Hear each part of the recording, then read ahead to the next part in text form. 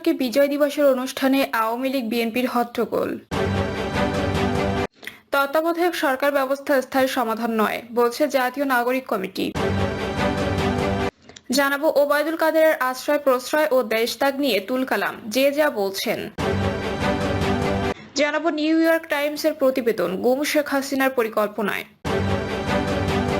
এবং সর্বশেষ জানাবো ছদ্মবেশে তেজগাঁও রেল স্টেশন ও ভূমি অফিসে দুদকের অভিযান।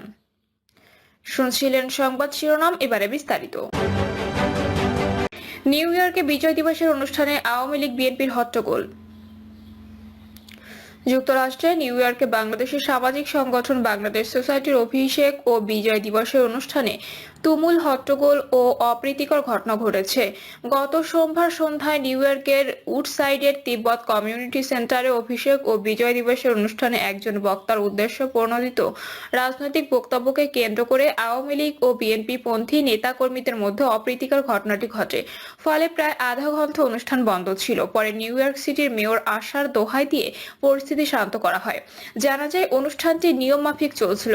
ট্রাস্টি বোর্ডের চেয়ারম্যান এম আজিজ তার বক্তব্যে বিদায়ী কমিটির মৃদু সমালোচনা করেন। এরপর সাবেক ও আগামী কমিটির সিনিয়র সহসভাপতি মহিউদ্দিন দেওয়ান পাল্টা বক্তব্য দিলে বিশৃঙ্খলা সৃষ্টি হয়। তত্ত্বাবধায়ক সরকার ব্যবস্থা স্থায়ী সমাধান নয় বলছে জাতীয় নাগরিক কমিটি। হাইকোর্ট কর্তৃক সংবিধানের পঞ্চদশ সংশোধনের আংশিক অবৈধ রায় দেওয়ার মধ্য দিয়ে নির্বাচনকালে নির্দলীয় তত্ত্বাবধায়ক সরকার ব্যবস্থা ফিরেছে। এর প্রতিক্রিয়া জাতীয় নাগরিক কমিটি বলেছে, তত্ত্বাবধায়ক সরকার ব্যবস্থা কোনো কাঙ্ক্ষিত গণতান্ত্রিক প্রক্রিয়া নয়, এটা কোনো স্থায়ী সমাধান নয়। সামান্তা শারমিন বলেন, আমরা সংস্কার কমিশনের প্রস্তাব জমা দিয়েছি। আমরা সেখানে বলেছি তত্ত্বাবধায়ক সরকার ব্যবস্থা কোনো কাঙ্ক্ষিত গণতান্ত্রিক প্রক্রিয়া নয়। এটা থাকা মানে বোঝায় বাংলাদেশ বা এটা যে দেশে থাকবে সে দেশে গণতন্ত্রের গঠন প্রক্রিয়া, গণতন্ত্র চলমান প্রক্রিয়া শান্তিপূর্ণ নয়।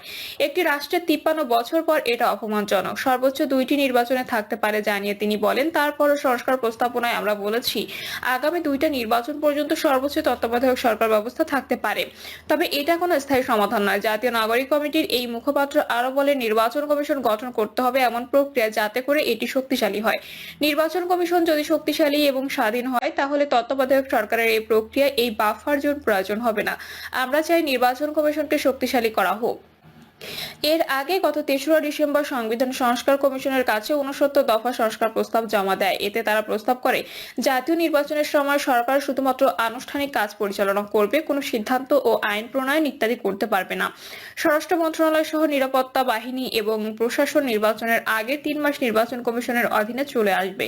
তারা প্রস্তাব করেন, রাষ্ট্রকে সরকারের নির্বাহী বিভাগের হস্তক্ষেপের বাইরে আনা গেলে তত্ত্বাবধায়ক সরকার ব্যবস্থায় আর প্রয়োজন হয় না, তবে আগামী 2 নির্বাচন তত্ত্বাবধায়ক সরকারের অধীনে হতে পারে। সংস্কার প্রস্তাবে তারা আরো বলেন, সংসদ হবে দ্বিকক্ষ বিশিষ্ট, নির্বাচন কমিশনের স্বাধীন সচিবালয় থাকবে, এর জন্য নির্বাচনকালীন বাজেট বরাদ্দ হবে, কমিশনার নিয়োগে নীতিমালা থাকবে, কমিশনারদেরকে উচ্চ কক্ষে পাবলিক হিয়ারিং এর মুখোমুখি হওয়ার পর নিয়োগ দেওয়া হবে। ওবায়দুল কাদেরের আশ্রয় প্রশ্রয় ও দেশত্যাগ নিয়ে তুলকালাম, যে যা বলছেন। সাবেক সড়ক পরিবহন মন্ত্রী ও আওয়ামী লীগ সাধারণ সম্পাদক ওবায়দুল কাদেরের মতো হেভিওয়েট নেতা কিভাবে এতদিন দেশে আত্মগোপনে ছিলেন, কারা তাকে আশ্রয় প্রশ্রয় দিয়েছেন, তা নিয়ে তুলকালাম পরিস্থিতির সৃষ্টি হয়েছে। গণমাধ্যমে খবর অনুযায়ী ক্ষমতাচ্যুত হওয়ার পরও 3 মাস ওবায়দুল কাদের দেশে আত্মগোপনে ছিলেন। গত 8ই নভেম্বর ওবায়দুল কাদের দেশ ছেড়ে ভারতে পালিয়ে যেতে সক্ষম হন। সড়কপথে সিলেট হয়ে ভারতের মেঘালয়ের শিলং পৌঁছান এবং সেখান থেকে কলকাতায় চলে যান। বর্তমানে তিনি সেখানে আছেন। সূত্রের খবর, প্রায় 3 মাস প্রভাবশালী মহলের ছত্রছায়াতেই ছিলেন ওবায়দুল কাদের। তিনি নিরাপদে ও বেশ আরাম-আয়েশে ছিলেন। সবুজ সংকেত পেয়ে তিনি দেশ ছেড়ে পালাতে সক্ষম হন। তার এই নিরাপদে দেশ ছাড়ার ক্ষেত্রে প্রতিবেশী দেশের হাত থাকতে পারে বলে গুঞ্জন রয়েছে। যদিও সূত্রের খবর, এ ব্যাপারে ভারতে থাকা শেখ হাসিনার কোনো সুপারিশ ছিল না, কারণ তিনি ওবায়দুল কাদেরের উপর অনেকটা ক্ষুব্ধ ছিলেন। এদিকে আন্তর্জাতিক অপরাধ ট্রাইব্যুনাল ওবায়দুল কাদের কিভাবে দেশ ছাড়লেন সে সম্পর্কে সরকারকে ব্যাখ্যা দিতে বলেছেন।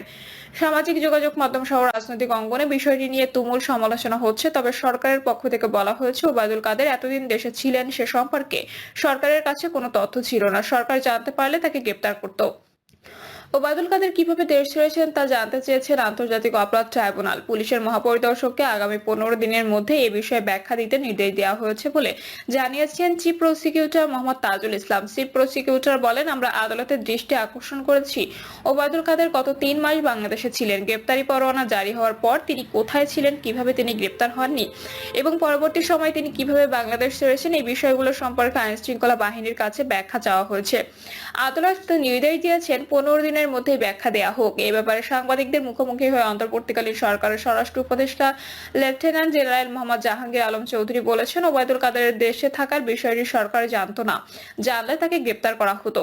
এর আগে গত 19 অক্টোবর রাজশাহীর বিজিবি সদর দপ্তর পরিদর্শনের সময় আওয়ামী লীগের সাধারণ সম্পাদক ওবায়দুল কাদেরের খোঁজ দিতে পারলে সাংবাদিকদের পুরস্কৃত করার ঘোষণা দিয়েছিলেন স্বরাষ্ট্র উপদেষ্টা। সে সময় সাংবাদিকরা ওবায়দুল কাদেরের অবস্থা সম্পর্কে জানতে চাইলে তিনি বলেন, আমার কাছে কোনো তথ্য নেই, কিন্তু আপনারা তো অনুসন্ধানী সাংবাদিকতা করেন, যদি আমাকে ওবায়দুল কাদের কোথায় আছেন তা জানাতে পারেন, আমি আপনাদের একটি পুরস্কার দেব। আপনারা আমাদের অনেক তথ্য দিতে পারেন। সন্ধ্যায় প্রধান উপদেষ্টা প্রেস সচিব শফিকুল আলম ওবায়দুল কাদেরকে নিয়ে কথা বলেছেন। তিনি বলেন, ওবায়দুল কাদের 3 মাস কোথাও লুকিয়ে থেকে দেশ ছেড়েছেন এমন কোনো প্রমাণ সরকারের হাতে নেই। প্রেস সচিব বলেন, 5 আগস্টের পরে দেশে 3 দিন সরকার ছিল না, 1 সপ্তাহ দেশে পুলিশ ছিল না। এই পরিস্থিতিতে অনেক কিছু হয়েছে। দেশের সাধারণ মানুষ নিজেদের নিরাপত্তা দিয়েছে, ছাত্ররা রাস্তায় ট্রাফিক নিয়ন্ত্রণ করেছে। তবে এতটুকু বলতে পারি, এ সরকারের দৃষ্টিতে যা ধরা পড়ছে তাই করছে। নিউ ইয়র্ক টাইমসের প্রতিবেদন, গুম শেখ হাসিনার পরিকল্পনায়। বাংলাদেশে ক্ষমতাচ্যুত প্রধানমন্ত্রী শেখ হাসিনার পরিকল্পনায় কেন্দ্রীয় কর্মসূচির মাধ্যমে তার ঊর্ধ্বতন কর্মকর্তারা হাজার হাজার মানুষকে গুম করেছে। অন্তর্বর্তী সরকার গঠিত কমিশন প্রাথমিক প্রতিবেদনে এমনটা জানিয়েছেন বলে উল্লেখ করেছেন যুক্তরাষ্ট্রের প্রভাবশালী দৈনিক নিউ ইয়র্ক টাইমস। ঢাকা থেকে সাইফ হাসনাত এবং নয়াদিল্লি থেকে মুজিব মিসালের ex Bangladeshi leader mass disappearance ইনকোয়ারির ফাইন্ডস শিরোনামে প্রতিবেদনে বলা হয়েছে, ক্ষমতাচ্যুত হয়ে ভারতে পালিয়ে যাওয়ার পর শেখ হাসিনা 15 বছরের শাসনামলে নানা নির্যাতন পরিপূর্ণভাবে প্রকাশ্যে আসতে শুরু হয়ে পড়েছে। হাসিনার পতনের পর দেশে বিশৃঙ্খল পরিস্থিতিতে গুম হওয়া পরিবার প্রিয়জনদের খবর জানতে সরকারি অফিস এবং সামরিক ব্যারাকের বাইরে অবস্থান নিয়ে প্রতিবাদ কর্মসূচি পালন করে। গুম হওয়া অনেকে বন্দী দশা থেকে ফিরে এসে তাদের অভিজ্ঞতা সবার কাছে তুলে ধরেছেন। এমন কিছু ঘটনা নিউ ইয়র্ক টাইমসের প্রতিবেদনে উঠে এসেছে। অবসরপ্রাপ্ত বিচারক মাইনুল ইসলাম চৌধুরীর নেতৃত্বে গুম কমিশনের সদস্যরা বলেছেন যে আগস্টের শেষের দিকে কাজ শুরু করার পর থেকে তারা গুমের বিষয়ে 1600টির বেশি রিপোর্ট পেয়েছে। তবে তারা ধারণা করছেন এই ধরনের ঘটনার প্রকৃত সংখ্যা এর চেয়েও 2 বা 3 গুণ বেশি।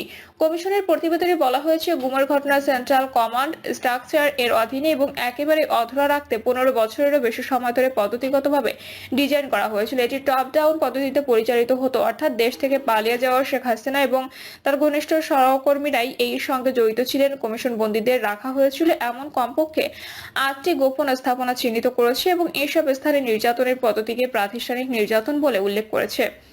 শান্তিতে নোবেল বিজয়ী মোহাম্মদ ইউনূসের কাছে উপস্থাপন করা প্রাথমিক প্রতিবেদনে কমিশন র্যাপিড অ্যাকশন ব্যাটালিয়নকে ভেঙে দেওয়ার আহ্বান জানিয়েছেন। কমিশনের সদস্য নূর খান লিটন বলেন, আমরা প্রত্যক্ষদর্শীরা বিবরণ, চেইন অব কমান্ডের বিবরণ এবং কিভাবে নির্দেশ জারি করা হয়েছিল সে সম্পর্কে তথ্য সংগ্রহ করেছি। এসব